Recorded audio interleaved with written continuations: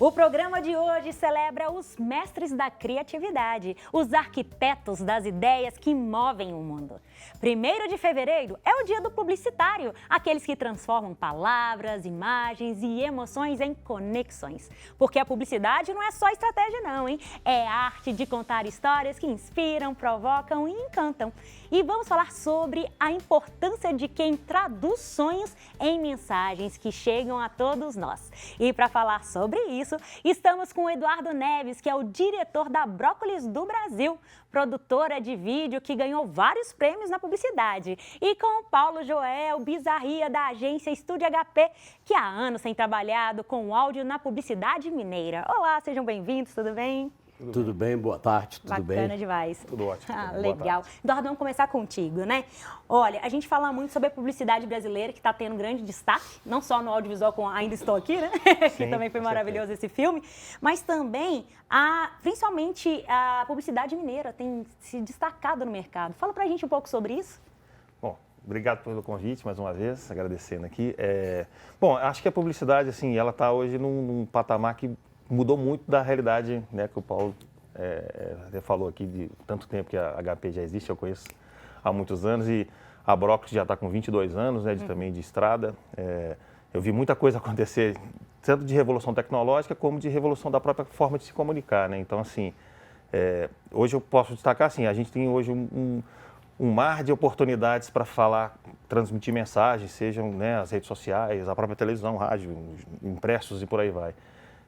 A publicidade mineira, ela vem acompanhando isso, acho que de forma gradativa, né? Porque acaba que muito do processo criativo, por mais que a gente tenha um pensamento de que a gente pode fazer escolhas que ajudem a criar uma campanha baseada, muitas vezes, na verba, porque esse processo passa por isso, né? Você vai fazer um molho ali com mais profissionais qualificados ou mais experientes para te ajudar a criar uma mensagem que tenha impacto. A gente enxerga que hoje em dia a gente tem um processo em construção em função justamente dessa multiplicidade de oportunidades de comunicar, né? Você vê que hoje, antigamente a gente tinha basicamente a televisão como o grande orquestrador de mensagem, né? E que hoje isso vem se transformando, né? Você vê E de ditar tendências também, né? Exato. Então, assim, o processo cultural, né? O tecido social brasileiro foi formado com a comunicação da televisão, principalmente. Rádio, não tenha dúvida, né? Que foi, talvez, o grande percussor também, né? De como se comunica hoje. Mas, assim, eu vejo que essas plataformas também que chegaram hoje, como o Facebook, o Instagram e outras que existem, elas transformaram demais a comunicação em função justamente a forma como isso atinge o público, né? Você segmenta, você escolhe faixa etária, tipo de consumo, enfim, questões de todo tipo para comunicar com um público específico e certo, né? Então, assim, esse tiro ficou mais certeiro, né? A gente hoje tem a televisão, ela comunica com a massa e você está ali falando de A a Z, né? Dependendo do horário, você tinha, vamos falar, os grandes carro-chefes da publicidade, novela, jornal, eventos esportivos, né?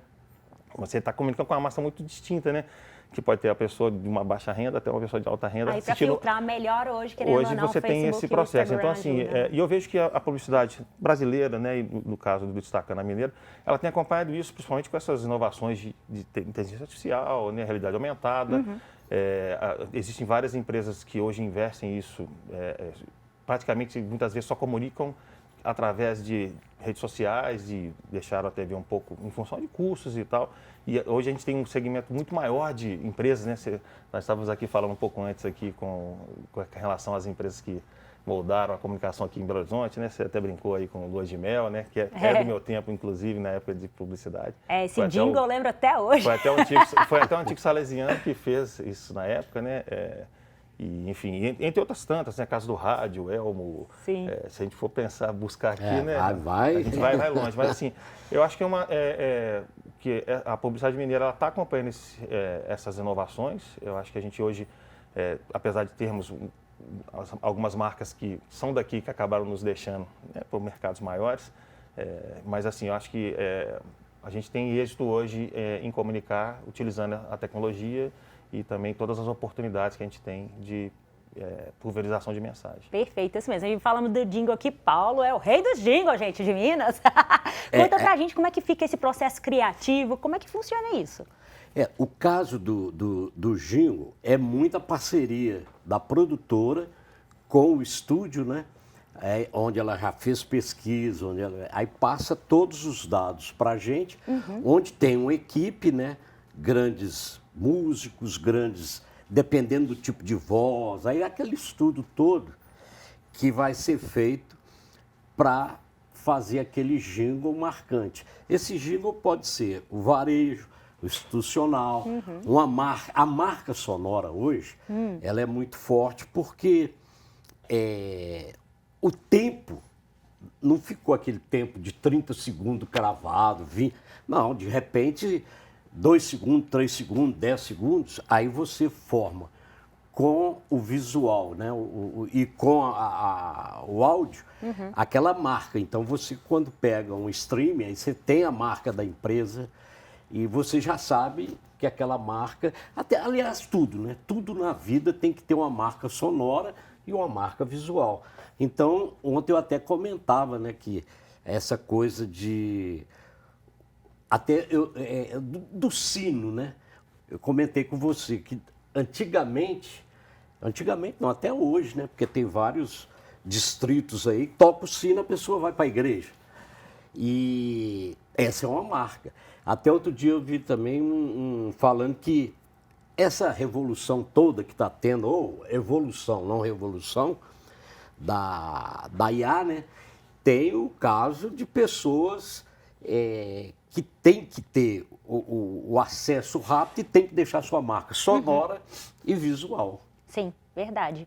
E por falar nessa marca visual, quais são os principais truques, digamos, que você acha que a gente pode pensar? Quais são as tecnologias que têm ajudado a trazer essa hipnose, digamos? Porque a publicidade também ela hipnotiza, né? É verdade. Assim, no caso de visual, né, destacando aqui um pouco o lado, né, de produção, você tem vários tipos de recursos hoje que hoje já adiante, né, assim, vamos falar assim, para você criar essa marca visual que vai ser lembrada, né, muitas vezes, né? Desde do simples efeito de filmagem com truque, né, cenográfico ou cenotécnico, até efeito de VFX, né, de efeitos especiais, e hoje com a própria questão da inteligência artificial, que também incorpora um braço muito forte de processo de efeito e de possibilidade de construção de novas narrativas, né, de visuais. Eu acho que hoje tem bastante mais recursos e a gente está conversando hoje com multitelas, né? Então, assim, deixou de ser uma coisa tradicional, como o Paulo falou aqui, da questão de tempo, né? Que antigamente a gente ficava preso à minutagem, né? Secundagem de 30, 15, 7 tinha vinhetas ou comerciais com... Isso deixou de existir em função, né, das novas formas de se fazer. A gente deixou de ter somente, né, o 16:9, que na verdade antes era o 4:3, né? A televisão quadrada, que era... A forma de comunicar, depois virou a televisão, né, horizontal, e agora nós estamos com tela em pé. Então, assim, a gente está adaptando-se a toda essa inovação, né, de trocar de tela, eu acho que é o principal, e utilizando desses recursos também para a construção de narrativa com efeito, com coisas que possam surpreender quem vai assistir e justamente criar essa marca visual para a lembrança de cada um, né? E Paulo, como é que você observa, né, essa questão que, na sua opinião, na questão de o que torna o áudio uma ferramenta tão poderosa na construção de marcas e essa questão da conexão emocional também, que tem que ter a conexão emocional com o público, né? Como é que fica isso? Não, o que a gente fala sempre é que tudo tem que ter a marca. O time de futebol tem uma marca, a criança ao nascer, né? Até uma vez eu comentei que daria um tapinha, e já me falaram que não. Quando ela pega o oxigênio, ela dá o grito, aquele grito é emocionante para a mãe, para o pai, né? E a marca do futebol, por exemplo, ela é imediata. Às vezes, o coordenador ali da torcida faz vamos ganhar porque, por causa disso, por causa daquilo, aí está 80 mil, 60 mil, 70 mil pessoas cantando. E essa é uma marca. Agora, no caso do uso nosso com os criadores, é justamente para não ficar isso que você comenta da mesmice. Porque, queira ou não queira, dentro de pouco tempo, serão 3, 4, 5 plataformas e elas é que vão segurar. Agora, a emoção de um locutor, a emoção de um canto, Pode ser que sim, pode ser que não. A gente hoje estamos num mundo, né, um túnel que a gente não sabe.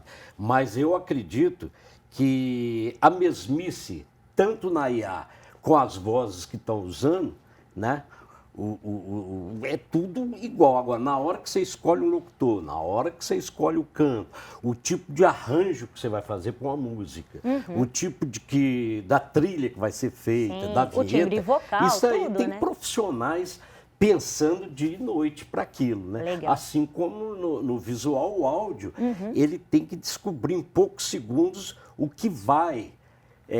Por exemplo, fala assim, não, você estando em Belo Horizonte, você tem um conceito, você estando na China, você tem outro, você estando nos Estados Unidos. Não, tudo depende, às vezes, daquela maneira que a turma... Não, que está pegando... Nós temos exemplo disso. Sim, por favor. O Paulão, eu e o Paulão fomos para uma reunião do Dr. Célio, naquela época, e a agência comentou e tal, mas na hora ficou aquela história do jingle para um prefeito. E ficava o tempo todo aquela coisa de doutor, BH, né? E que eles não queriam que usasse isso. Aí tinha agência, foi a LF, o Simão Lacerda, reunião para cá, reunião para lá. O Paulão de Oliveira saiu com esse negócio, não, nós vamos mexer com o doutor BH. Pronto, virou uma marca do próprio doutor Célio. Não, quando se fala Célio de Castro, já foi um prefeito, já passou dessa para outra, mas fala doutor BH. Sim. Então, essa marca, o Paulão de Oliveira e o Tino Gomes, eles levaram, fomos para o estúdio, reunião, quem que vai cantar, qual é o ritmo, tudo, e chegou a esse consenso. Bacana demais. E um jingle de sucesso da HB? Não, aí sucesso depende da mídia, né? Agora, você tem uma ideia, nós fizemos, eu, José Lino e o Haroldo, aquele Itatiaia. Famosíssimo. Aí ficou uma marca da rádio, essa é uma marca poderosa. Legal. Tem marca de jingle, nós temos marcas fantásticas. O Estúdio HP tem 50 anos, fez o ano passado. E tem todo o histórico arquivado desse tipo de trabalho. E que é um trabalho que tem que ser preservado. E você fica procurando isso, aquilo ali para falar, aqui fizemos esse trabalho, não no caso do estudo, da produção do áudio em Minas, né? Então tem que encaixar isso tudo e mostrar. Agora, mostrar uma marca, por exemplo, carros. Todo jingle de carro, nós produzimos mais de 15. Como a veiculação é muito grande, ele é marcante. Legal. Depende muito da mídia. Aí já é um braço da comunicação. Verdade. Gente, olha, tá muito bom o papo, mas já estamos terminando o bloco. Então, gostaria só de considerações finais de cada um, por gentileza. Vamos começar com o Eduardo, depois Paulo, por favor. Eduardo. A comunicação, eu acho que ela é hoje a alma da cultura, né? Seja ela a comunicação mais simples à mais sofisticada. Acho que a gente tem que acreditar que a comunicação tem um poder muito grande, efetivo, sobre o tecido social brasileiro e mundial, né? A gente vê que tantas marcas e sons se tornaram parte da nossa cultura, né? A gente estava brincando aqui antes, né? Não é uma Brastemp, Posto Ipiranga, pipoca com Guaraná, entre todas as coisas. 2 hambúrgueres, alface, queijo, molho especial. Se vê, a gente está cantando jingle de marca de sanduíche. Então, quer dizer, você vê o poder que isso tem, né? E, inclusive de personagens, de pessoas que marcaram a época como seus personagens, né? Odete Reutemann, estou falando da novela, mas em termos tudo de papel, envolvido? o da Bombril e tantos outros personagens que ficaram para sempre. Plim da Globo, né? Plim da Globo, VaptVupt, por aí vai. Você vê que várias embora. coisas fizeram essa marca, eu acho que para a cultura brasileira. Eu acho que a comunicação, ela tem esse papel e, assim, a gente é muito orgulhoso de fazer parte dessa história. Legal, e parabéns pelo trabalho que eu acompanho já há um tempinho, é maravilhoso mesmo. Por favor, agora, Paulo, por gentileza, considerações finais? É isso. Estamos lá para ouvir, criar sons e descobrir novas fórmulas. Porque antigamente a gente falava que o projeto de qualquer empresa era 10 anos. Aí passou para 5, passou para 1 ano, agora passou diário. Agora nem diário, né? Todo dia você abre e tem uma novidade. É conviver com essa mudança, né? E que traga, e no caso da agência, Aí sim, aí cresceu e mudou toda a história, né? Visual, de áudio e da fórmula de como a agência trabalhava, né? Legal. Muito bom. Arrasou. Agora é um assunto para mais 50 anos. Não, aqui, né? esse assunto é maravilhoso. Pena que a gente não tem esse falta. momento, mas olha, foi maravilhoso a participação de vocês trazer, né? Para o público de casa que às vezes não conhece, né? Os bastidores de como é feito. E vocês trouxeram muito bem. Obrigada, gente. Valeu. Obrigado a você. Obrigado. Sucesso. Disposição, né? É isso aí. Bom demais, obrigada. Bom. E já estamos de volta com Sala de Estar. Hoje o nosso tema é sobre a comunicação em foco. No programa de hoje vamos celebrar a voz que nos conecta, informa e emociona. Em 13 de fevereiro, o mundo sintoniza o poder do rádio, esse companheiro fiel que atravessa o tempo e as distâncias. É mais que som. É história, é cultura, é resistência. Vamos falar sobre a força dessa frequência que nunca deixa de nos alcançar. E os nossos convidados para esse tema são a Nair Prata, que é jornalista especializada em rádio e é professora da UFOP e FUMEC.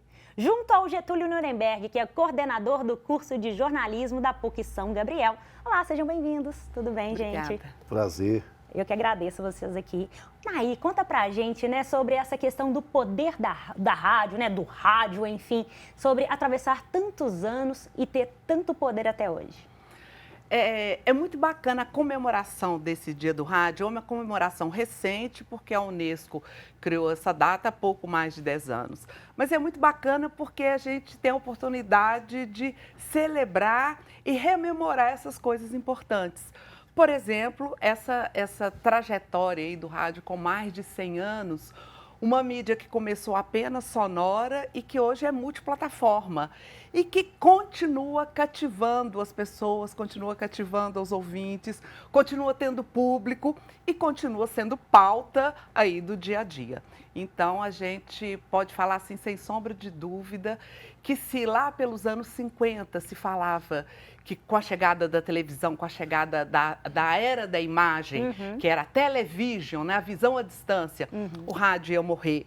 E depois, agora, na virada do século XX para o século XXI, com a digitalização, que o rádio também não ia se sustentar, a gente está vendo que nada disso aconteceu, que o rádio continua mais firme do que nunca, continua uma mídia importante, que se ressignifica, que encontrou o seu lugar nos novos espaços, enquanto muitas mídias aí estão lutando bravamente para sobreviver, a gente vê que o rádio continua mais forte do que nunca. Verdade, isso mesmo. E Getúlio, por falar ainda dessas novas tecnologias, essa mudança toda, tem a questão também dos streamings, os podcasts. Como que você avalia essa questão dentro do rádio? Como a Nair disse, o rádio passou por várias transformações tecnológicas, né? O próprio rádio em si é uma revolução tecnológica do tempo em que ele foi implantado, né? Como a Nair lembrou aí muito bem, na época da implantação da televisão no Brasil, falava-se da morte do rádio, né? E também na chegada da internet, na popularização da internet, na digitalização, também se falava, dessa vez o rádio vai morrer. E ele tem uma capacidade de adaptação muito grande, né? Uma adaptação enorme a essas tecnologias. Talvez por causa da facilidade, né, de acesso do áudio. Né? Ou seja, o áudio ele tem uma capilaridade, uma facilidade, né, de se expandir, como água, né? Ele se adapta ao recipiente, se adapta ao ambiente. Verdade. Então ele conseguiu passar por essas revoluções, por essas transformações. E mesmo com essas inovações mais recentes, né, o streaming, veja como hoje, a Nair falou em multiplataforma, hoje já não dá mais para você fazer essa separação, né? Fazer essa divisão muito clara entre mídia tradicional e mídia novas mídias digital, né? Porque hoje já não dá, eu ouvi falar disso aqui, eu vi essa notícia aqui, mas onde? Foi no celular, uma notificação que chegou pelo celular, aí essa notificação te leva para um canal no YouTube, que é sobre uma rádio que estava no ar. Então, ou seja, as mídias se complementam hoje, né? Verdade. Então, o rádio está aí, ele continua sendo esse companheiro, como sempre foi, né? Porque mesmo com a imagem, com recursos, com a interação, o que as pessoas têm necessidade é de ouvir. Né? Seja onde elas estejam, a necessidade é de ouvir as pessoas, ouvir os outros, saber o que está acontecendo por intermédio dos outros. E isso o rádio faz muito bem, né? Há mais de 100 anos. É verdade. E Nair, em cima disso tudo, como rádio companheiro, acaba trabalhando com o emocional das pessoas, né? E ele realmente, ele é o companheiro de informações. Eu vejo umas pessoas mais idosas, né, que estão sempre lá com o radinho, que acaba sendo uma companhia por causa de uma certa solidão também, né? Então tem esses dois extremos. Gostaria de que nós possamos falar sobre essa questão do rádio emocionalmente também. Esse rádio como companheiro, ele vem desde lá, o início lá, aqui no Brasil, nos anos 20. As imagens que a gente vê é sempre de famílias no entorno ali do aparelho de rádio. Claro que essa escuta coletiva, ela foi mudando para uma escuta individualizada. E hoje não é mais apenas aquele radinho, porque há alguns anos, há uns 30 anos, 20 anos, se a gente perguntasse o que é rádio, todo mundo saberia falar. Só que hoje, esse rádio companheiro, ele se transformou em quê? No celular, como o Getúlio lembrou. Nós temos as rádios que estão apenas na internet, que não podem mais ser sintonizadas pelo dial, pela uma frequência como a gente estava acostumado. A gente tem as emissoras que são emissoras corporativas, estão apenas nas empresas. Tem muitas empresas que têm as suas próprias emissoras de rádio e as pessoas estão ali acompanhando. Tem as emissoras que você paga para receber aquela emissora. Tem emissoras no WhatsApp.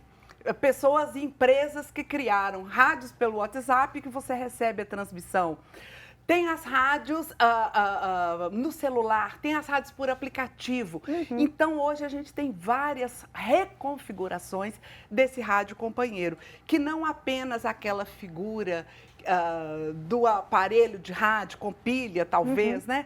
Que as pessoas escutavam, mas uma reconfiguração nos modos de produção e nos modos de escuta. Por quê?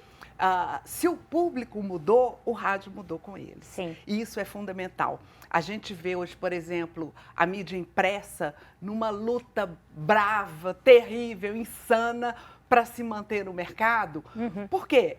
As pessoas não estão comprando mais a mídia em papel. Sim. Né? As bancas, que chamavam bancas de jornais hoje, estão profundamente reconfiguradas, vendendo tudo menos jornal e revista. Sim. E o rádio conseguiu encontrar o seu lugar nesse espaço, fazendo isso que o Getúlio falou, como um líquido, né? Se esparramando aí nesses vários lugares. Então, esse rádio companheiro, não apenas pelas ondas hertzianas, como a gente estava acostumado, mas em vários outros espaços. Eu queria destacar, a partir da fala da Nair, que esse radinho de pilha, esse aparelho tradicional do rádio, ele continua tendo a sua importância ao lado de todas essas inovações que convivem, né, com o rádio tradicional, vamos dizer assim, para pessoas que moram em regiões mais distantes dos grandes centros, né? Que têm menos acesso à internet, porque para nós que moramos numa cidade, numa metrópole, né, parece tudo assim muito fácil, muito acessível, né? Mas imagine quem mora muito longe, quem mora na região amazônica, né? Ou seja, ainda temos essas emissoras de longo alcance que chegam a essas regiões onde outras mídias não alcançam. Né? Por exemplo, pensa no meio da selva amazônica, onde as pessoas moram e tudo mais. Para isso, por exemplo, existem rádios até hoje, como a Rádio AM, que é a nacional da Amazônia, Legal que demais. vai atingir justamente essas populações ribeirinhas, onde muitas mídias não chegam, não chegavam e não chegam até hoje, né? Lugares que só vai chegar de barco. Verdade. Né? Você vai levar dias pelo rio para chegar, então tem lugares E que o ainda de rádio difícil cumpre acesso. um papel fundamental aí na comunicação, né? Verdade. De comunicação e você vê o Brasil, o tamanho que o Brasil é, e o Brasil inteiro fala uma língua só. Né? Você tem dialetos, você tem vários sotaques, sotaques. mas a língua portuguesa, né, é falada no Brasil inteiro. O rádio tem um papel importante nessa integração, ele contribuiu para isso. Sim. É verdade. E por falar ainda no rádio, também desse grande alcance, a gente vê muito também dentro do jornalismo esportivo, a uma grande atuação. Que você vai nos estádios, os senhorzinhos, tudo com o radinho também lá, né? E gol, porque às vezes a narração é muito mais legal, né, do rádio do que presenciar mesmo. Porque então, você só sabe o que está acontecendo quando você ouve o rádio. Não é incrível? Porque você vê o jogo ali, você não sabe. E é no rádio que você sabe o que realmente está acontecendo. Não, é principalmente os bastidores. É verdade. E dentro hoje do jornalismo, quais que vocês acham que tem grande força dentro do rádio hoje? Qual a editoria? Esporte? Vocês acham que é cultura? Olha, a editoria de esporte é muito forte. Eu trabalho com alunos de graduação e de pós-graduação. A grande parte hoje entra na universidade querendo trabalhar com esporte. Então, é muito grande o desejo, a procura, o interesse em estudar, em se aperfeiçoar no esporte. E aí, as emissoras hoje, elas noticiosas, elas normalmente têm a sua parte esportiva, porque é pela parte esportiva que os jovens começam a ouvir rádio. Bacana. Então, muitos jovens ouvem rádio, a parte esportiva, e aí acaba ouvindo um noticiário, um programa, etc. Mas o esporte é sempre uma editoria especializada e que atinge, inclusive, adolescentes. Legal demais. E mesmo os locutores que vão fazer transmissões para a televisão, hoje estão fazendo uma locução mais parecida com a do rádio. Sim, sim, né? sim. Porque aquela locução tradicional de televisão, né? O jogo está acontecendo ali, você faz aquela locução meio parada, assim, né? O Sem emoção, Marcelo Aldinê, ele tem um vídeo que ele faz uma comparação, né? Sim. Da narração do jogo no rádio e na televisão, que é muito engraçado e tudo mais. Isso não existe mais, né? Você já não tem mais esse limite, porque se for aquela locução de televisão antiga, né? Bola com fulano. Agora fulano. Nossa. Tocou. Né? Não dá. Bem chatinho, né? É verdade. Então, é a emoção do rádio, né? Aquela vida, aquela sensação, aquela experiência de você estar no estádio, quase no estádio, né? Perfeito. Então, E ainda sobre jornalismo esportivo, eu também trabalho com muitos alunos e alunas. Hoje é cada vez maior a presença de meninas Sim. ingressando no jornalismo legal. por causa do esporte. Com a expansão do futebol feminino, Sim. né, com a expansão do esporte em geral, né, tem hoje, porque antes era praticamente assim, era muito masculina a presença no esporte, né, no jornalismo esportivo. Hoje você tem muitas mulheres que se enveredam, né, pelo jornalismo esportivo. Aqui mesmo na casa, aqui, né, na TV Horizonte. Nós temos a Sara, Nós temos grande a Sara, jornalista. que foi minha aluna na PUC Minas, Legal. né? E sempre teve essa veia de jornalismo esportivo. E ela é boa, né? Ela é maravilhosa. Ela ganhou até um prêmio recentemente. Ganhou, né? ela ganhou um prêmio recentemente, legal demais. Gente, nosso bloco já está acabando, mas antes eu gostaria que cada um fizesse uma pequena consideração final sobre o nosso tema. Então, Nair, por gentileza, e Getúlio, logo em seguida, por favor. A palavra final que eu gostaria de deixar é que, entre tantas mídias, o rádio, na minha avaliação, ele soube se reconfigurar como poucas. Ele soube encontrar o seu espaço. E hoje, quando a gente fala de rádio, a gente não fala apenas de mídia sonora. A gente fala de uma mídia que tem vídeo, que tem texto e que soube encontrar o seu espaço aí nesse novo ambiente que a gente chama de ambiente multiplataforma. Então, se antes se duvidava que o rádio fosse permanecer, agora, nesse novo espaço, a gente tem a certeza que ele permanece. Perfeito. Getúlio, por favor. Essa capacidade de adaptação do rádio, eu acho que o maior exemplo disso é o podcast. Eu vejo o podcast como o rádio nos anos 2000, principalmente 2010 para frente. Né? As novas gerações talvez consumam o rádio como podcast. O que é o podcast? Ele aproveita o que o rádio tem de melhor, né? Que é essa capilaridade do áudio, essa facilidade. O áudio não ocupa espaço, ele é invisível. Né? Você pode ouvir em qualquer lugar, em qualquer situação que você esteja, fazendo outras tarefas, né? Então, o podcast, ele herda do rádio essa característica que eu acho que talvez seja a principal, que é exatamente essa sensorialidade, ou seja, trabalhar com as sensações, né? Mover as sensações das pessoas onde elas estejam, podendo dirigir, podendo trabalhar, podendo arrumar a casa, ouvindo, né? consumir um conteúdo de 20, 30, 40, uma hora, de acordo com a sua disponibilidade. São características, né, que você vai herdando do rádio de mais de 100 anos. Sim. Já vamos caminhando aí para contando oficialmente, né, esse ano, 103 anos do rádio no Brasil. E agora, dia 13 de fevereiro, né, o Dia Mundial do Rádio, para celebrar realmente essa mídia que tem essa característica mundial, né? Essa característica de unir gerações, de unir povos, de unir países, nações. Isso mesmo, gente. Muitíssimo obrigada pela participação de vocês. Realmente foi muito bacana trazer esse olhar de pessoas que estão aí há anos no mercado, né? Com uma experiência, uma trajetória maravilhosa. Muito obrigada, viu? Obrigada, eu que agradeço. E o Sala de Estar já está de volta com o tema Comunicação em Foco. Em 16 de fevereiro é celebrado o Dia do Repórter, aquele que transforma fatos em histórias e dá voz ao que precisa ser ouvido. São os olhos e ouvidos da sociedade desbravando verdades, superando desafios e construindo pontes de informação. E para isso, vamos falar da importância de quem registra o presente para moldar o futuro, com a Patrícia Fiuza, representando o jornalismo político, tá, pessoal? Então é isso aí, Patrícia, muito obrigada pela sua presença. Eu que agradeço o convite, Suelen, é um prazer sempre falar do jornalismo. Eu sou jornalista raiz, né, daquela que vive com muita paixão o jornalismo. Isso mesmo, já te acompanhei vários anos, né, como assessora de imprensa te mandando pauta. Olha que privilégio a gente ter ela aqui do meu lado hoje. Bom demais, Paty.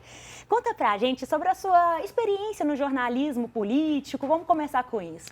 Bom, eu comecei mesmo como produtora, que eu acredito que é a etapa mais importante antes de se tornar repórter, porque como produtora você aprende a apurar, a aguçar o seu olhar, a identificar onde está a notícia, o fato relevante. E eu fui produtora durante 10 anos, para depois me tornar repórter no G1. Uau. E no G1 eu comecei a trabalhar com política, principalmente matérias mais investigativas, e passei para a TV. Né? Eu tinha uma coluna no MGTV, na Globo, que era de jornalismo político, onde eu retratava algumas polêmicas da política mineira, aqui de Belo Horizonte também, e também fazia muitas reportagens para a TV. O grande desafio de ser uma repórter de política é traduzir, né? Porque é uma linguagem, eles têm termos muito rebuscados, é preciso conhecer o regimento interno da Assembleia, da Câmara Municipal, para poder identificar ali aonde está a notícia de fato. Verdade. A gente conversou aqui nos bastidores sobre aquela situação que você comentou de ter entrevistado um político. Enfim, conta pra gente. Essa é difícil, esse é um bastidor complicado. Não, já teve vez de eu entrevistar políticos, na verdade, não político em si, né, mas uma pessoa de um órgão municipal, e a pessoa ficou realmente muito tensa, né? Porque eu descobri ali nas entrelinhas uma obra que estava sendo feita sem licitação e que era de parente do ex-chefe do executivo. Então, Sim. assim, isso acontece e acontece bastante.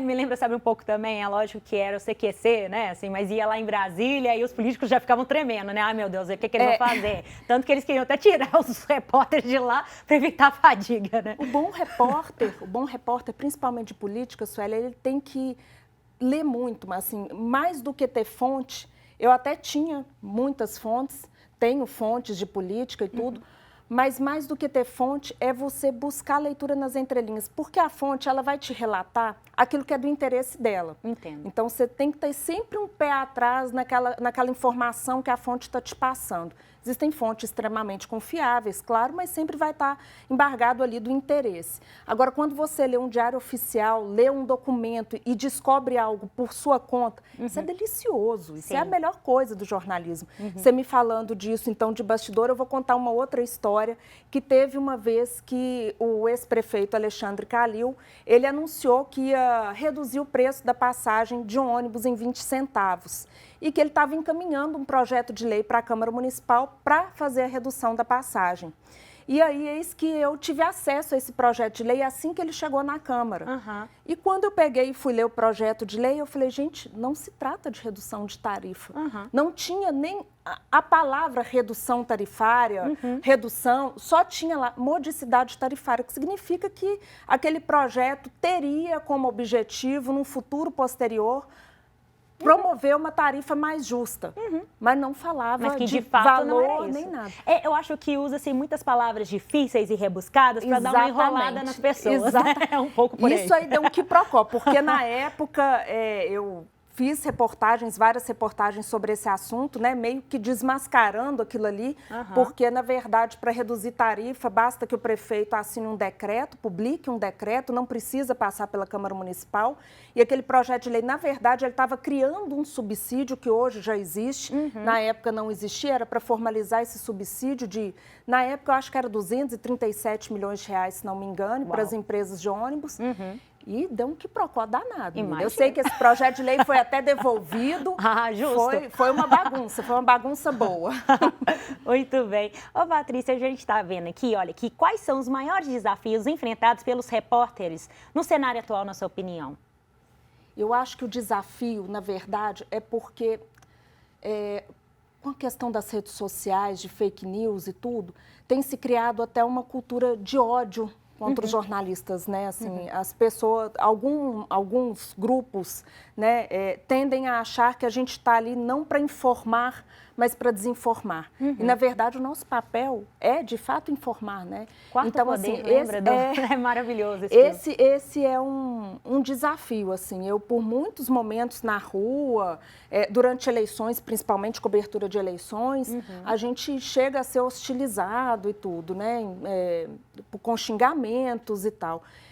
Eu acho que esse é o grande desafio, mas eu acho que a questão das fake news, dessa presença tão forte das fake news, que a gente viu agora recentemente com a questão do Pix, e como o jornalismo foi importante para desmascarar aquilo, eu acho que a gente vai acabar dando uma volta nisso, dando uma volta por cima e mostrando quanto o jornalismo profissional é, sim, importante para que informação de qualidade chegue até as pessoas. Verdade. Olha, gente, inclusive, nós temos uma matéria aqui, um depoimento de um jornalista também na área de cidades, né, que é o Murilo Rocha, que tem muita experiência na reportagem e vai nos contar um pouco sobre a sua trajetória e desafios na profissão. Vamos ver. Oi pessoal, tudo bem? Meu nome é Murilo Rocha, sou diretor de jornalismo do Grupo Bandeirantes em Minas Gerais e uma vez repórter, sempre repórter, né? Comecei minha carreira em 2001 como repórter de cidades do jornal O Tempo, depois fui ser repórter de política do jornal O Tempo também, fui morar em Brasília como correspondente de política, depois voltei para Belo Horizonte, enfim, hoje estou dirigindo o Grupo Bandeirantes aqui em Minas Gerais, tanto a Rádio Band News, onde eu participo como apresentador e comentarista, e também na TV Band Minas, onde participo de um programa de entrevista. O repórter tem que ser sempre curioso, o repórter tem que ler muito, tem que ter muito repertório, tem que entender um pouco de todos os assuntos e tem que se preparar para as pautas, né? São diferenciais do bom repórter, né? Um bom repórter tem um bom texto, sabe escrever muito bem, tem que ser desenvolto, logicamente, ser um pouco cara de pau às vezes, mas o principal é ter esse repertório, ter essa bagagem cultural, histórica, né? Isso só se consegue através da leitura, não tem jeito. Outro fato importante para ser um bom repórter, como eu disse, além da curiosidade e do conhecimento, é ter boas relações, né? Que a gente chama de fontes, né? Um bom repórter tem que ter boas fontes. E você consegue isso criando relação com as pessoas. Então, não adianta ser um repórter só de WhatsApp, né? Hoje em dia a comunicação está muito assim, mas você tem que dar a sua cara, as pessoas têm que saber quem você é. Hoje o repórter tem que ser multimídia, né? O que antes assim era um a mais, agora é fundamental. Quando eu digo ser multimídia, o repórter tem que continuar sabendo escrevendo, tem que saber gravar um vídeo, tem que saber fazer um podcast, falar bem em áudio, né? Para rádio, enfim. Ele tem que ser um multiprofissional, tem que ter noções básicas de edição. Não precisa ser né, eu falo edição de vídeo, não precisa ser um grande editor de vídeo, mas tem que ter noções básicas para editar um vídeo, e tem que saber se posicionar, tem que saber falar, tem que saber filmar, isso é básico, né? Hoje há muitas emissoras, inclusive a Band, que usa muito a questão do vídeo repórter, né? A gente pode questionar se isso é um acúmulo de funções ou não, é bem questionável mesmo, é um tema que tem que ser discutido, se isso não precariza a profissão, mas ao mesmo tempo é uma realidade, né? E quanto mais versátil é esse profissional, mais ele é valorizado no mercado, né? O mercado busca esses profissionais. Então acho que essa talvez seja talvez a principal mudança nesse perfil, né? É isso, espero ter contribuído um pouco com essa discussão de vocês. Da próxima vez vou estar presente aí para a gente poder debater mais amplamente esse assunto. Um abraço. Legal demais, né? Muito bacana ver um jornalista que trabalha com várias editoras. Você também participou, não é isso? Com certeza. O Murilo é um grande jornalista, né? Assim, com muita referência, inclusive na política também. Também trabalhei em cidades, fiz cobertura da pandemia de coronavírus, por exemplo. Fiquei ali muito focada na cobertura, né? Enfim, eu ficava acompanhando diariamente a questão da ocupação de leitos aqui em Belo Horizonte, também dos estragos provocados pelas chuvas. Eu sempre estava fazendo alguma coisa nessa época do ano, dezembro, janeiro, fevereiro, estava direto com o pé molhado, o pé na lama, né, cobrindo, fazendo a cobertura. Não ficava só com política, não. Ô, Paty, e como que você observa que o repórter ele pode se preparar melhor para lidar com essas dificuldades, ataques, né, de haters que estão, né, diretos, fake news? Como é que você acha que o repórter ele pode se preparar melhor na atualidade? Olha, ataques, Suelen, eu sempre ignorei, sabe? Assim, eu nunca respondi a ataques, inclusive em rede social, principalmente quando eu estava no vídeo, né? Em alguns momentos, nem sempre não, assim, em um outro momento eu era atacada, mas eu nunca respondia, sabe? Alguém que queria falar, nossa, gosto do seu trabalho, é claro, né? Sempre recebia muito bem, ficava muito feliz. Uma das coisas que eu ouvia que mais me deixava radiante, assim, muito feliz mesmo, era quando as pessoas diziam, você consegue traduzir a política numa linguagem simples. Acessível. Isso era maravilhoso, muito né? bom. Agora, ataque, eu simplesmente ignorava, porque eu acho que a gente não tem que ficar dando linha, corda para haters, né? Para pessoas que estão ali simplesmente para causar, para querer provocar alguma situação e depois te expor, né? Aquela jornalista falou tal coisa assim comigo, então eu sempre ignorei. Agora, o repórter, o desafio do repórter, de qualquer jornalista, é sempre ter um ponto de interrogação, né? Assim, a gente precisa ter um ponto de interrogação. Nunca acreditar, pelo menos assim, na política principalmente, nunca acreditar naquele primeiro material que te chega. Né? A informação que eu dei aqui sobre a questão da prefeitura ter dito que ia reduzir a passagem, do projeto de lei para reduzir passagem, é isso, assim. Aquele release pronto, sempre, né? Sempre duvide daquele release pronto, sempre, né? Duvide, porque vai ter alguma coisa, né? E para lidar com situações difíceis, assim, no calor do momento, eu, apesar de eu ser uma pessoa que eu sou muito emotiva, eu brinco que eu gosto de trabalhar com jornalismo político, porque ali é uma coisa mais fria, assim, né? A gente não precisa mexer tanto com a emoção das pessoas, mas ali no calor do momento, quando a gente está fazendo uma cobertura difícil, como essa que eu fiz das pessoas deixando as suas casas, a gente mantém o distanciamento, né? Às vezes eu desabo em casa. Imagina. Mas naquele momento ali eu tento ser o mais profissional possível e também acolher essa pessoa, né? Com educação, porque às vezes tem repórter que chega numa abordagem, às vezes, muito agressiva e a pessoa já está passando uma situação de dificuldade, então você tem que mostrar para ela ali que ela pode ser acolhida, ela pode contar a história dela, que ela pode se sentir à vontade. Tem um fato interessante, o grupo de deportados que chegou aqui em Belo Horizonte, o primeiro grupo de deportados, meu companheiro André, que é jornalista, estava acompanhando lá, e ele falando que quando o grupo chegou, as primeiras pessoas começaram a sair para o saguão, né, onde estava a imprensa, essas pessoas ficaram extremamente constrangidas com aquela situação com e voltaram. Né? Visto, né? E aí, quando começou, eles viram que não ia ter jeito, aí começaram a sair. Um dos cinegrafistas com quem eu trabalhei, que eu também adoro, que é o Fred começou a falar, sejam bem-vindos à sua pátria.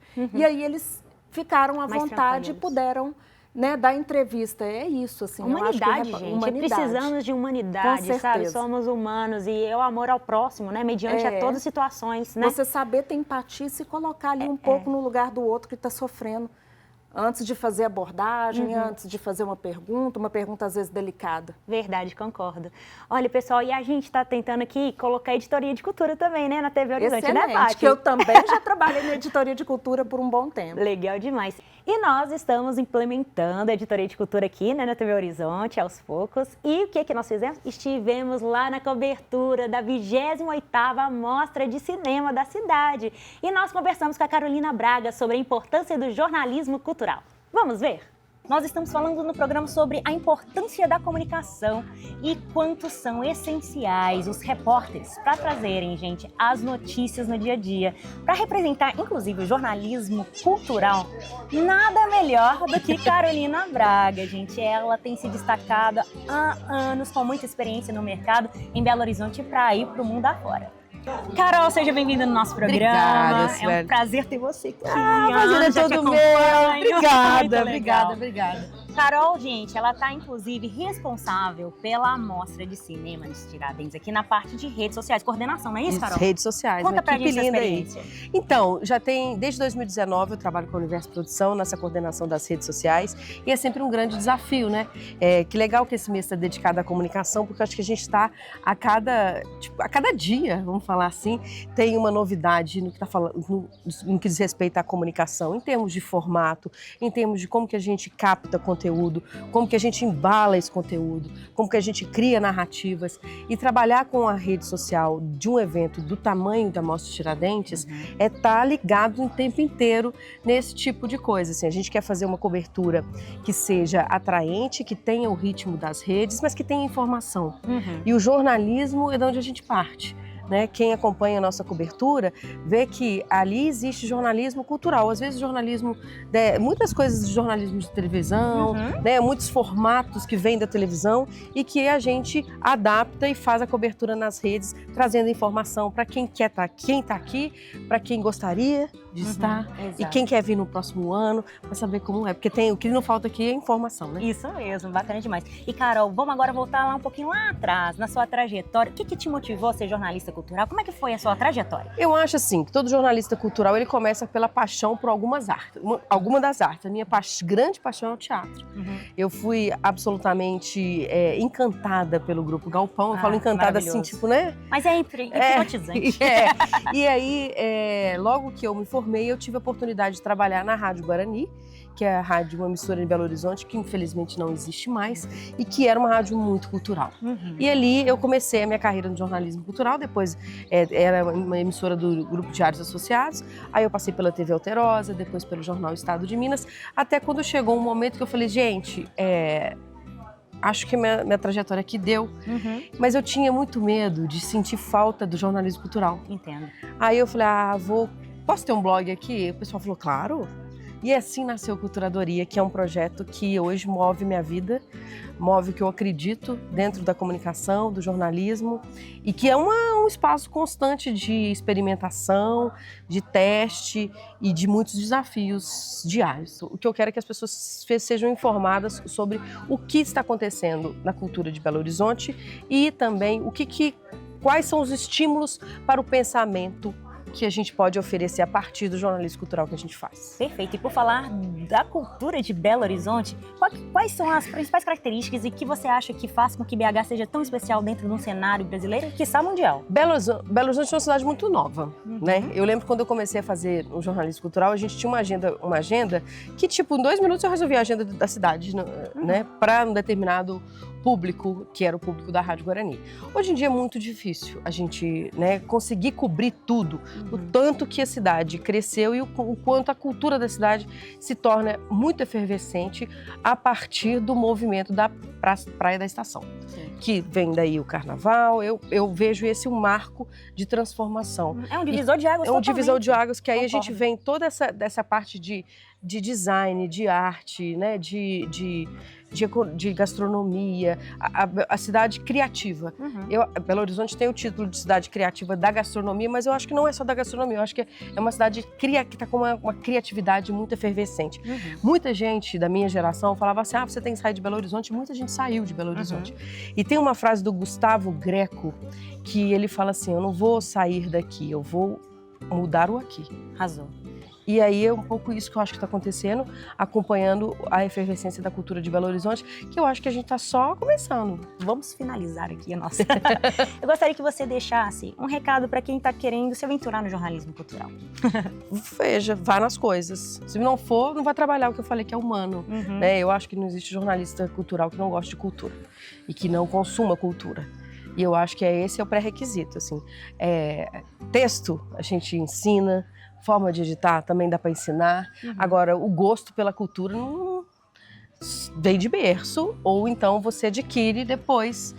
Às vezes as pessoas não têm oportunidade dentro de casa, mas quando tem o desejo, dá um jeito, você vai. Carol, muitíssimo obrigada. Prazer ter você aqui na nossa sala de estar. Muito legal, né, esse jornalismo cultural. Eu também já passei primeiro, muito antes da política, eu passei pelo jornalismo cultural, fui produtora do MG Cultura. Legal. Eu gosto, né? É um alento, dá um quentinho, né? Aquele calorzinho assim, que a gente precisa, às vezes dia difícil, a gente poder fazer pautas leves é muito gostoso. Eu sou suspeita, né? Eu sou com cultura certeza. na veia. Ô, Paty, obrigada pela sua presença, mas a gente já está finalizando esse bloco, mas antes eu gostaria que você deixasse pra gente aqui uma dica para quem quer ser repórter, né? E até quem já está na carreira e pode até dar uma melhorada aí na sua trajetória. Bom, eu acho que, eu já tinha dito que a grande questão para ser um repórter, um bom repórter, é ter sempre o ponto de interrogação, para tudo, assim. Nunca acreditar na primeira versão que te chega, sempre ter ouvidos para todos os lados de uma mesma narrativa, de uma mesma história. E ter sensibilidade, aquilo que eu falei também, de você ter empatia, se colocar no lugar do outro, antes de fazer uma pergunta, antes de fazer uma abordagem. Sempre pensar que uma mesma história pode ter muitas versões e muitos lados. Isso é primordial para fazer um bom jornalismo. Perfeito. Paty, muito obrigada. Eu Parabéns que pela sua Ellen. linda carreira, que eu já acompanho há um tempo. Muito obrigada, viu? Obrigada, gente. Eu que agradeço. Até mais. E já estamos de volta com Sala de Estar e hoje estamos refletindo sobre a importância da comunicação. E para falar sobre comunicação e fé, vamos conversar com o Padre Samuel Fidelis, o pró-reitor do Santuário Basílica Nossa Senhora da Piedade. Seja bem-vindo, Padre Samuel. Tudo Muito bem? obrigado, graças a Deus e Nossa Senhora da Piedade. Legal demais. Ô, Padre Samuel, nós estamos aqui falando, né, da comunicação. E o dia 24 de janeiro, que já passou, mas é muito importante falar, é o dia também de São Francisco Sales, que foi um padre missionário que dedicou, né, a evangelizar através da comunicação. E ele é o padroeiro dos jornalistas, não é isso mesmo? É uma relação de São Francisco de Sales pela sua evangelização na Suíça. A relação também com salesianos, quando Dom Bosco, que é um insigne testemunha de uma comunicação atualizada, que encanta os jovens, o escolhe como patrono da congregação.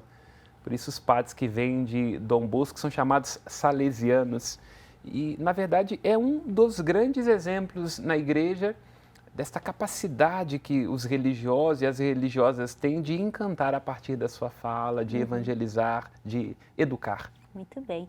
E, Padre Samuel, como que a gente pode pensar que a comunicação é importante dentro da igreja também, né? Nesse papel de deixar uma sociedade mais interessante, mais empática, né? A igreja é por si só um mistério de comunicação. Quando nós vemos o final dos evangelhos, a constante é que Cristo diz: ide pelo mundo e anunciai o evangelho. Evangelho, evangelion, boa notícia, é uma palavra do grego.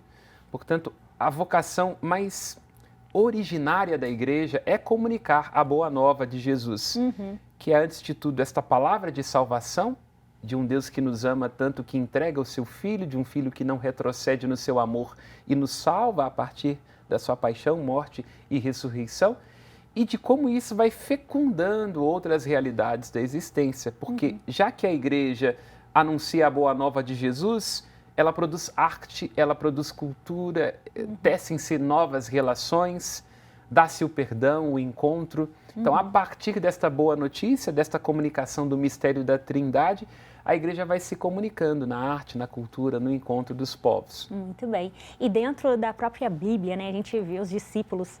Imagina como que era a comunicação naquela época, não devia ter sido muito fácil, não, né? Com certeza, porque a comunicação, ela envolve diálogo, e o diálogo é a composição na diferença. Então, quando nós estamos comunicando, há um movimento de transmissão e de escuta, ao esforço de interpretar aquilo que o outro está dizendo, a recepção que nós fazemos disso, o encontro ou o desencontro. Então, logo no início da igreja, nós percebemos muito bem que havia uma pluralidade de sons. É muito bonito quando o início da igreja é Pentecostes, o Espírito que vem com línguas de fogo. E pouco a pouco as diferenças se impõem, aqueles que são gregos, os que são judeus, os de uma tradição, vamos dizer, um pouco mais conservadora e outros entendendo que a igreja deveria ser mais ousada. Os encontros situacionais que vão se dando na medida em que o Evangelho passa de Jerusalém a Samaria até os confins do mundo. Então, impôs-se à igreja esse desafio que é próprio da comunicação, que é dar ao outro o privilégio da escuta, para que ele fale, para que possa vir a ser. E aquilo que é comunicado tem a ver com quem emite e com quem recebe. Portanto, não é sobre a imposição de um discurso, mas naquela dialogia que é própria de qualquer comunicação, onde eu digo e também escuto, onde eu entrego, mas também recebo, e a gente tece algo de nós. Verdade. E Padre Samuel, agora chegou aquele momento que damos voz ao pessoal de casa para esclarecer suas dúvidas e curiosidades com o Senhor. Então chegou a hora do quadro Padre Nosso.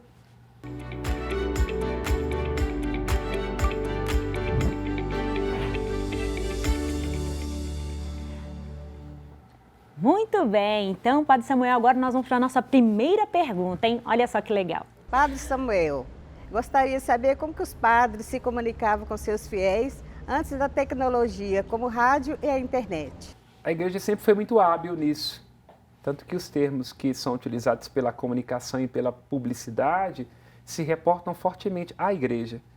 Quando nós pensamos em propaganda, lembremos daquele instituto chamado Propaganda Fidei, que é uma estratégia jesuíta para como divulgar e propagar a fé em outros contextos, em novas culturas e por aí vai. Então, a igreja sempre foi muito hábil nisso. Diria que, em primeiro lugar, a própria igreja. A construção de uma igreja é um grande texto, uma grande comunicação. O posicionamento das torres, sempre muito alto, os sinos demarcando o horário, Legal. A arquitetura na iconografia, comunicando inclusive a quem não sabia ler. E, pouco a pouco, diria que as estratégias na catequese. O insigne exemplo disso são jesuítas. Quando, ao vir aqui para estas terras, falei no último programa na descoberta do Brasil, falei, não foi descoberta não, alguém falou, você foi invasão. Que seja, então, para satisfazer os ânimos exaltados.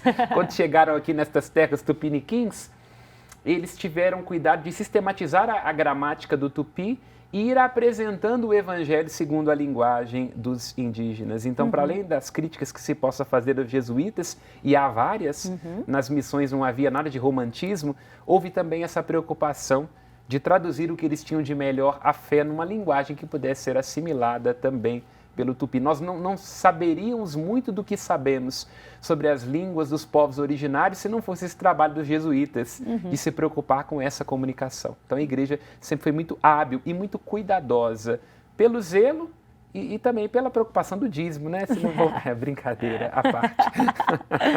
Muito bem, Padre Samuel. Vamos para a nossa próxima pergunta agora, olha só. Padre Samuel, por que algumas mensagens da igreja conseguem atravessar os séculos sem perder a relevância? Porque a igreja tem vários defeitos, mas uma qualidade dela é que ela se preocupa com o que é demodê.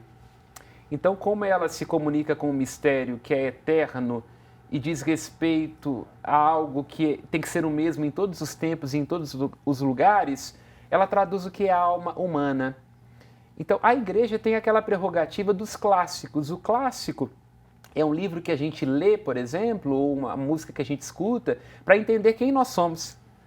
Então, significa que nunca vai deixar de dizer, né? O Jorge Bataille dá essa definição do clássico. O clássico é um livro que nunca deixa de dizer.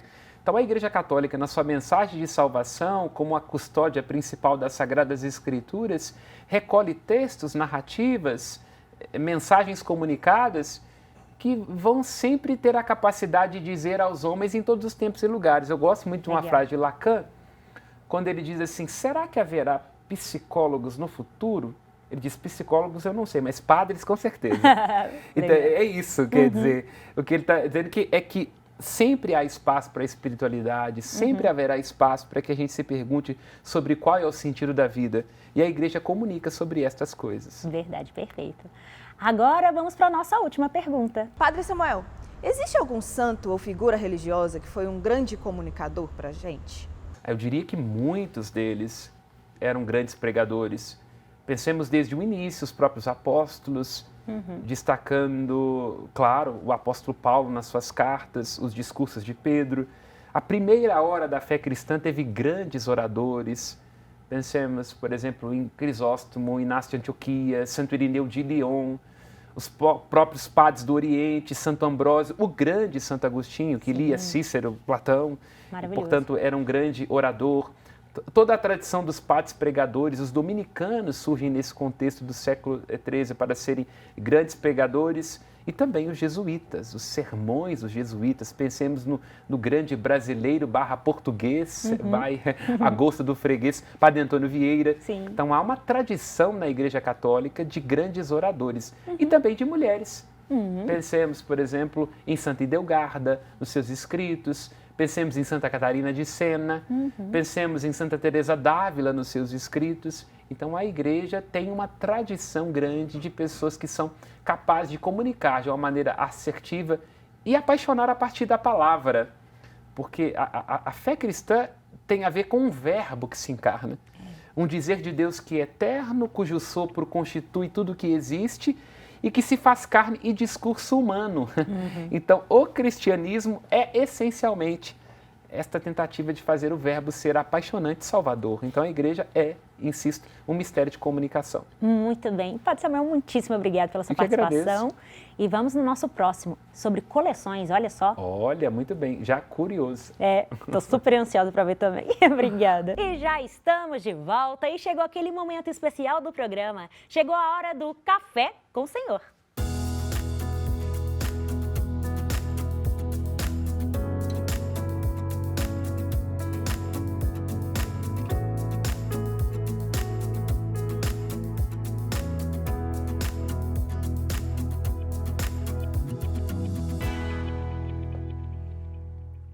E Grazi Zamboni já está aqui no estúdio. Oi, Grazi, Oi, beleza? tudo bem, Tudo bem? Sueli? Seja bem-vinda mais uma Obrigada, vez. sempre muito bom estar aqui. Bom demais. Olha, hoje nós estamos falando sobre a comunicação em foco, a importância da comunicação, né? E Gra, conta pra gente como que você observa que a comunicação, ela também tem um poder de cura e até espiritualmente também, não é? Sim, a comunicação na psicanálise é o elo, né? Tudo que se fala se cura. Né? Então, e na nossa espiritualidade também, né? O que os padres fazem é comunicar, né? Mas eu acho que para além da nossa fala, nós também temos outros meios de comunicação, né? O visual, o próprio Libras, né? São formas que nós vamos nos comunicar, né? Verdade. Então, eu, por exemplo, tenho um sério problema, né, gente? Que eu vou me comunicar com os olhos, né? Então... Mas isso é ótimo. E aí, assim, é bom, mas assim, me entrega, né? Se eu tô feliz, se eu tô triste, se eu concordo ou não com aquilo, né? Então, estou me comunicando. Então, a gente tem que estar atento ao nosso corpo, às diversas formas que a gente tem de se comunicar, né? Isso mesmo, tem a linguagem verbal, a linguagem corporal, né? Corporal, tudo é muito bacana mesmo. E Gra, como é que você acha que vem essa questão na perspectiva cristã da comunicação? Você comentou, né, através dos padres e tal, mas como nós podemos usar a fé para comunicarmos melhor, né, dentro da nossa sociedade atual? Bom, aí a gente já vai lá na passagem de amar uns aos outros, né? Porque quando Jesus fala isso, é nada mais é do que a palavra da moda, né? A empatia, né? O olhar para o outro e se sentir na pele do outro, né?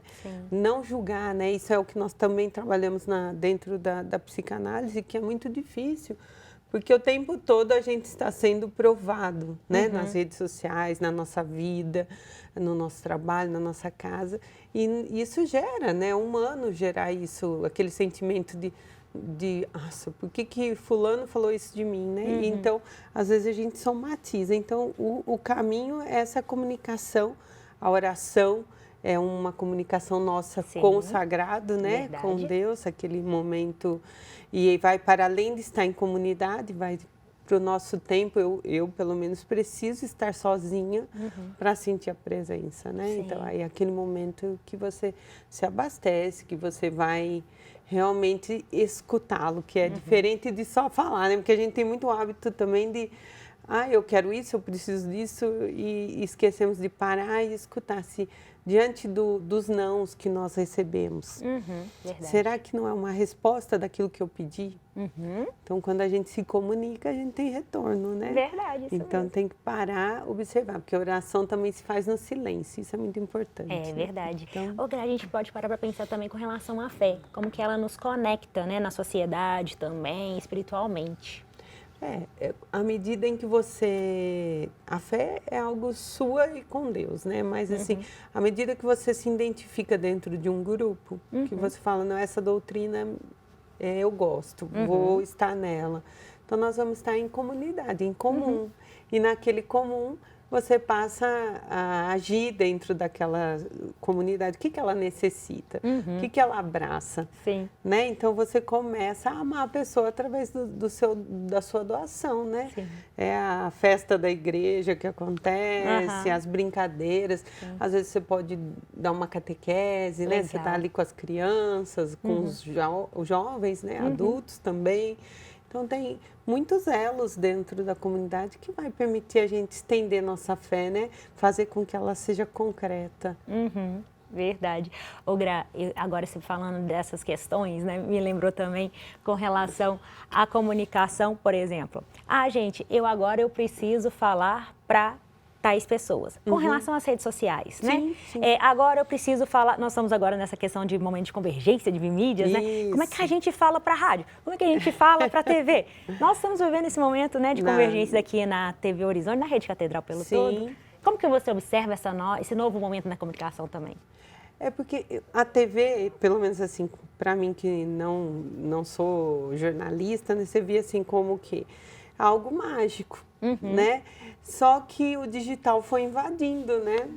E aí essa convergência se faz necessária de hoje ser tudo mesclado, né? Então eu tenho que falar para o público que está ali no Instagram, que é mais jovem, que é mais dinâmico, mas eu também tenho que falar para aquela senhorinha que participou da missa e vai ver o nosso programa, né?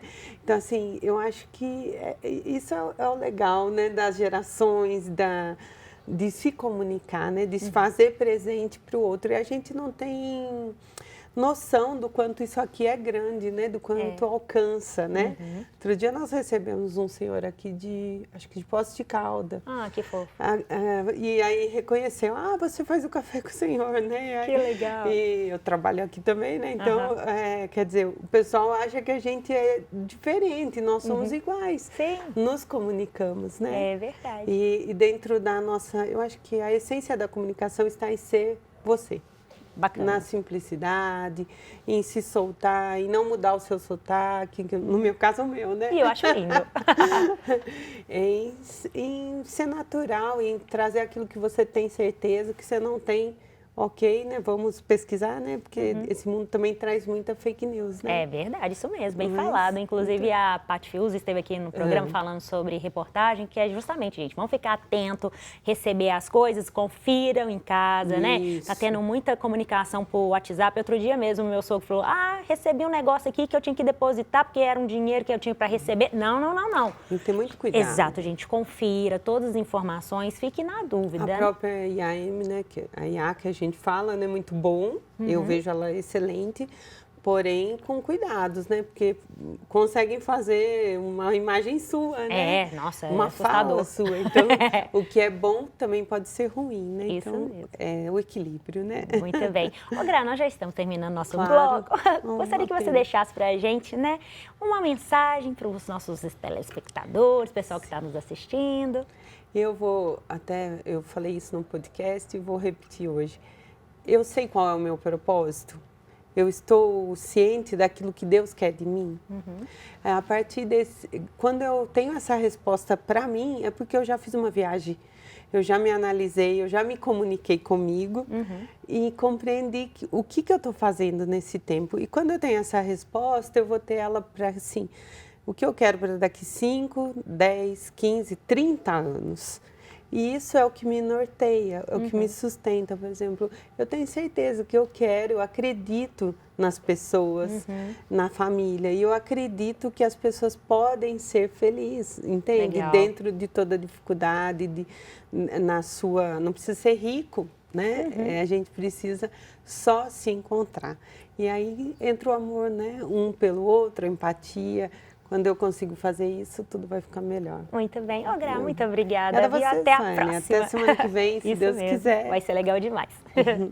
Gente, a nossa mesa do café está bem bonita, com essas delícias que vocês já sabem, que são lá do Convívio do Emaús, tudo preparado com muito amor e carinho, igual os produtos feitos em casa. Olha, hoje vamos experimentar o bolo de chocolate. E se você quiser encomendar essas e outras delícias, entre em contato pelo telefone 31 33 75 22 33 ou pelo perfil @Sabores do Emaús. Isso aí, gente. Então, vocês já sabem que podem também rever as entrevistas do Sala de Estar lá no canal da TV Horizonte no YouTube. Deixa seu like lá, deixa lá o seu comentário, dê sugestões também do que vocês gostariam que tivesse aqui na nossa grade também, de assuntos e tudo mais. Encontre também os melhores conteúdos da nossa programação. Lembrando que estamos nos canais 30.1 HDTV Digital, 159 Valinet, 513 Vivo TV. Não tem desculpa para não nos assistir, não é mesmo, Gra? Com certeza, estamos lá. Pessoal, então, muito obrigada a vocês aí de casa. Foi um imenso prazer estar com vocês nessa tarde. E eu sou a Suelen Ogando e te vejo no nosso próximo programa. Até mais!